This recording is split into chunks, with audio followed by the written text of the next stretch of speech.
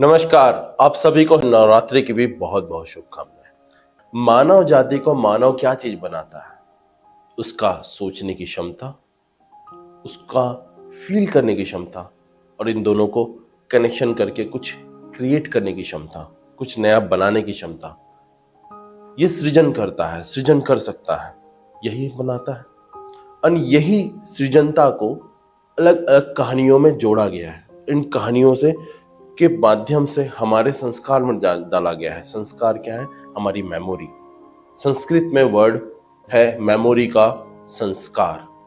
और अलग अलग कहानियां से हम जुड़े हुए हैं, चाहे ये समाज कितना भी बड़ा क्यों ना हो, लेकिन एक कहानियों के थ्रू हम हमेशा कनेक्टेड हैं।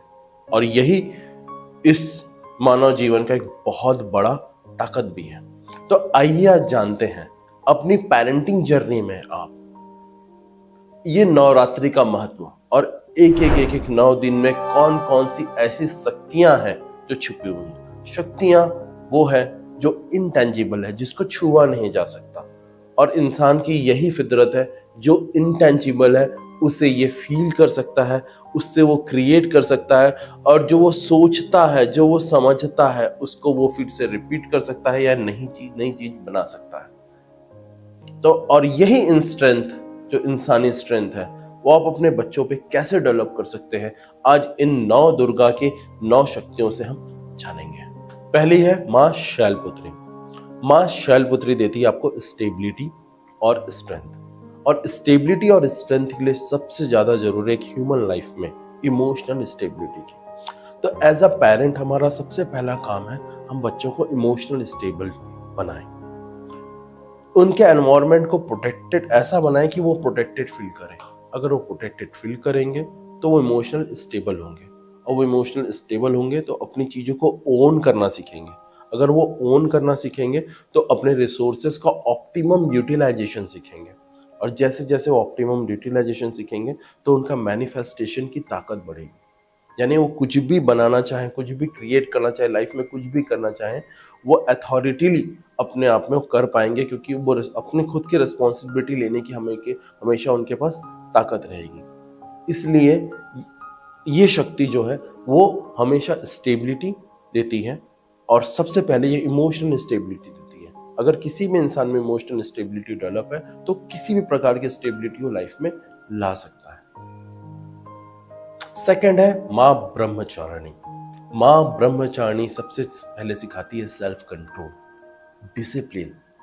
एक डिसिप्लिन और सेल्फ कंट्रोल बहुत जरूरी है किसी भी जगह पर आगे बड़ी रिस्पॉन्सिबिलिटी को लेने के लिए, क्योंकि एक कंसिस्टेंसी इंपॉर्टेंट है, पेशेंस इंपॉर्टेंट है। और पेशेंस रखना ये आज की डेट में तो सबसे बड़ा एक की है। जिस बच्चे को पेशेंस रखना आ गया, वो उसने तो अपनी जिंदगी की आधी लड़ाई ऐसी यूं ही जीत ली। जिसके अंदर पेशेंस आ गया, उसके अंदर डिसिप्लिन आ गया, डिसिप्लिन आ गया तो वो ऑब्वियसली सेल्फ कंट्रोल आ गया। तो किसी भी बुरे से बुरे हालत में या अच्छे से अच्छे कंडीशन पे वो बेस्ट ऑफ द बेस्ट चीजों को निकालने में वो सक्षम करता है। दैट इज वाई हमें बच्चों को ये चीज सिखाना चाहिए कि डिसिप्लिन रहें, सेल्फ कंट्रोल रहें। ये बहुत बड़ा स्ट्रेंथ है जो हमें माँ ब्रह्मचारिणी सिखाती है।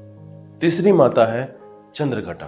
चंद्रघटा हमें देती है करेज एंड प्रोटेक्शन। हम एक सोशल एनिमल हैं और हमेशा से हम समाज में रहते हैं, और समाज को प्रोटेक्ट करने के लिए पहले खतरा होता था जानवरों से, किसी चीजों से। तो एक सेंस ऑफ प्रोटेक्शन, अपने समाज को प्रोटेक्ट करने के लिए करेजियस होना बहुत इंपॉर्टेंट होता था। और आज भी जब हम समाज को यूनाइट करने के लिए या कुछ भी नया काम करने के लिए, अपनी चीजों में आगे बढ़ने के लिए, चाहे वो बिजनेस करो, चाहे काम करो, चाहे वो एडमिनिस्ट्रेटिव जॉब करे, गवर्नमेंट जॉब करो या लीडरशिप करना हो, आपको करेजियस होना बहुत इंपॉर्टेंट है। और दूसरों के लड़ लेना बहुत एक लीडरशिप में एक क्वालिटी होती है, चाहे आगे से पीछे से कुछ मिले या ना मिले। तो ये एक सेंस ऑफ करेजियसनेस बहुत इंपॉर्टेंट है जो चंद्रघटा सिखाती हैं, जो ये शक्तियां हमें देती है। और हमें बच्चों में भी चीज सिखानी चाहिए कि how to be courageous. Courageous तभी हो सकते हो जब आप पीछे से स्टेबल हो। इसलिए हमें पुरानी शक्तियों को भी ध्यान देना बहुत जरूरी है। चौथी माता है खुशमंदा। जैसे इनका नाम है वैसा इनका काम भी है। ये पॉजिटिविटी एंड क्रिएटिविटी को, ये एनर्जी को एनहांस करती हैं। लाइफ में बहुत इंपॉर्टेंट है, चाहे सिचुएशन जो भी हो, लेकिन एक पॉजिटिव एटीट्यूड होना बहुत इंपॉर्टेंट है। पॉजिटिविटी ऐसा नहीं आती कि मालूम है एक इंसान में पॉजिटिविटी यूं ही डेवलप हो जाएगी। पॉजिटिविटी का जो एटीट्यूड एक हैबिट से डेवलप होता है। किसी भी प्रोस्पेक्टिव में बार बार पॉजिटिव अप्रोच रखना, उस चीज को कैसे हैंडल करना है। एज अ पेरेंट हम अपने सिचुएशन को कैसे हैंडल करेंगे, हम अपने प्रॉब्लम को कैसे एड्रेस करेंगे, हम अपने रिलेशनशिप को कैसे प्रोटेक्ट करेंगे, हम अपने प्रोफेशनल रिलेशनशिप में हम क्या अप्रोच रखते हैं, ये बच्चे हमेशा आपके कन्वर्सेशन को ऑब्जर्व कर रहे हैं। एंड जैसे ये पॉजिटिविटी से आप अगर किसी भी प्रॉब्लम को आप सॉल्व करोगे या हमेशा एटीट्यूड अप्रोच रखोगे, तो आपका हमेशा ब्रेन ऐसे साथ देगा जो आपका, क्योंकि राइट ब्रेन है, जो आपका क्रिएटिव ब्रेन है, वो कभी हैक नहीं होगा। आपका हिप्पोकैम्पस हमेशा एक्सपैंड रहेगा और आपकी क्रिएटिविटी और जो लॉजिक्स हैं वो बहुत अप टू द मार्क रहेंगे। एंड ये एक हैबिट है, एक पैटर्न है, और ये अपने बच्चों में आप डेवलप कर सकते हैं। पांचवी माँ है स्कंद माता, जो भाव की माँ है, भावनाओं की माँ है, अनकंडीशनल लव की माँ है। अनकंडीशनल लव, भाव, इमोशंस, जो चीज इंसानों को इंसान बनाती है, ये सेपरेट करती है, एक इंटेंट देती है, एक रीजन देती है कि आप जीवन में निरंतर करें क्या। एक ऐसी ऊर्जा देती है कि जो कभी खत्म नहीं होती, कभी थकने नहीं देती। ये अनकंडीशनल लव आप नेचर से करते हैं, आप जानवरों से करते हैं, अपने माता पिता से करते हैं, अपने बच्चों से करते हैं, और अपने काम से करते हैं। काम का व्यवहार नहीं कह रहा हूं, काम से करते हैं, जिसका कुछ ना कुछ उपयोग होता है इस नेचर में। एंड अपने बच्चों को ये सिखाना, ये हर चीज यूं ही नहीं होता, कुछ हर चीज का कोई रीजन नहीं होता, कोई कारण नहीं होता, कुछ यूं ही करना चाहिए, कुछ यूं ही भाव में रहना चाहिए। एक फ्लो स्टेट ऑफ माइंड को समझना, ये बहुत इंपॉर्टेंट है। Unconditional love is very important. और आप जैसे जैसे अनकंडीशनल लव अपने रिलेशनशिप में लाएंगे, अपने व्यवहार में लाएंगे, अपने घर के एटमॉस्फेयर में लाएंगे, बच्चा अपने आप एब्जॉर्व होगा और उसकी अहमियत को समझेगा, उस एसेंस को समझेगा, क्योंकि वही एक स्पिरिचुअल जर्नी में है ना हम एज अ ह्यूमन, और उस स्पिरिचुअल जर्नी में उसको चलने में ये बहुत ज़्यादा मदद करने वाली है। ये जो चीज़ है उससे कभी कोई नहीं छीन सकता। छठवीं माँ है माँ कत्यानी। ये जो स्ट्रेंथ देती है इसका बहुत ज़्यादा महत्व है, क्योंकि यही असली स्ट्रेंथ है। ये देती है प्रॉब्लम सॉल्विंग स्किल और रेजिलियंस। रेजिलियंस अपने बच्चों को सिखाना, ये अपने आप में एक बहुत बड़ी कला है, क्योंकि बार बार हार ना मान के उस काम पे कंटिन्यू करते रहना, ये प्रॉब्लम सॉल्विंग स्किल है ना। तो अगर किसी बच्चे में आपने डेवलप कर दिया problem solving skill and resilience, तो उसको पता है वो नाइफ को आपने उसके हाथ में नेविगेशन दे दिया, नाइफ ऐसे चलेगी, आपने उसको सिखा दिया और आपको ज़्यादा कुछ करने की ज़रूरत नहीं है। तो बच्चों में resilience and problem solving skill आप कैसे सिखा सकते हैं? आप उनको छोटे छोटे टास्क देके, उनके साथ टाइम स्पेंड करके, उस टास्क को साथ में सॉल्व करके, छोटे से बच्चे के साथ धीरे धीरे वो चीज़ डेवलप होगी, और धीरे धीरे उसके स्टेजेस को बढ़ाते बढ़ाते तो आप उनके ब्रेन को ऑटोमेटिकली वो चीज़ आप डेवलप कर देंगे उनके अंदर। So this is very important, resilience and the problem solving skill. This is the one of the best life skill. सातवीं माँ है काल रात्रि। काल, फियर, और ये फियर से, अपने डर से लड़ने की हमेशा शक्ति, क्योंकि जीवन तो अपने डर से जीत के ही जी जाती है ना। तो जीवन में चाहे कितने भी अप एंड डाउन आएंगे, शायद जीवन में ऐसे ऐसे चैलेंज आएंगे जहाँ पे आपका बच्चा शायद डर सकता है, आप भी डर जाते हो कभी कभी, लेकिन फिर भी आप एक चीज जरूर नोटिस करना, जब तक उस डर को आप जीत ना लो तब तक वो काम होता नहीं है। वो हमेशा एक बॉर्डर की तरह, एक दीवार की तरह आपके अंदर खड़ा रहता है। उस डर को तोड़ के ही आगे जाया जाता है, इसलिए वो शायद माउंटेन ड्यू भी कहा जाता है ना, डर के आगे जीत है। तो बच्चों को अपने डर से जीतना सिखाएं। अलग अलग थेरेपीज होती हैं साइकोथेरेपीज होती हैं अगर कुछ बच्चों में स्पेशली कुछ प्रॉब्लम चल रहा है। Exposure therapy one of the things है। और कैसे उस फियर से बाहर निकले और कोशिश करें कि फियर दे ही ना।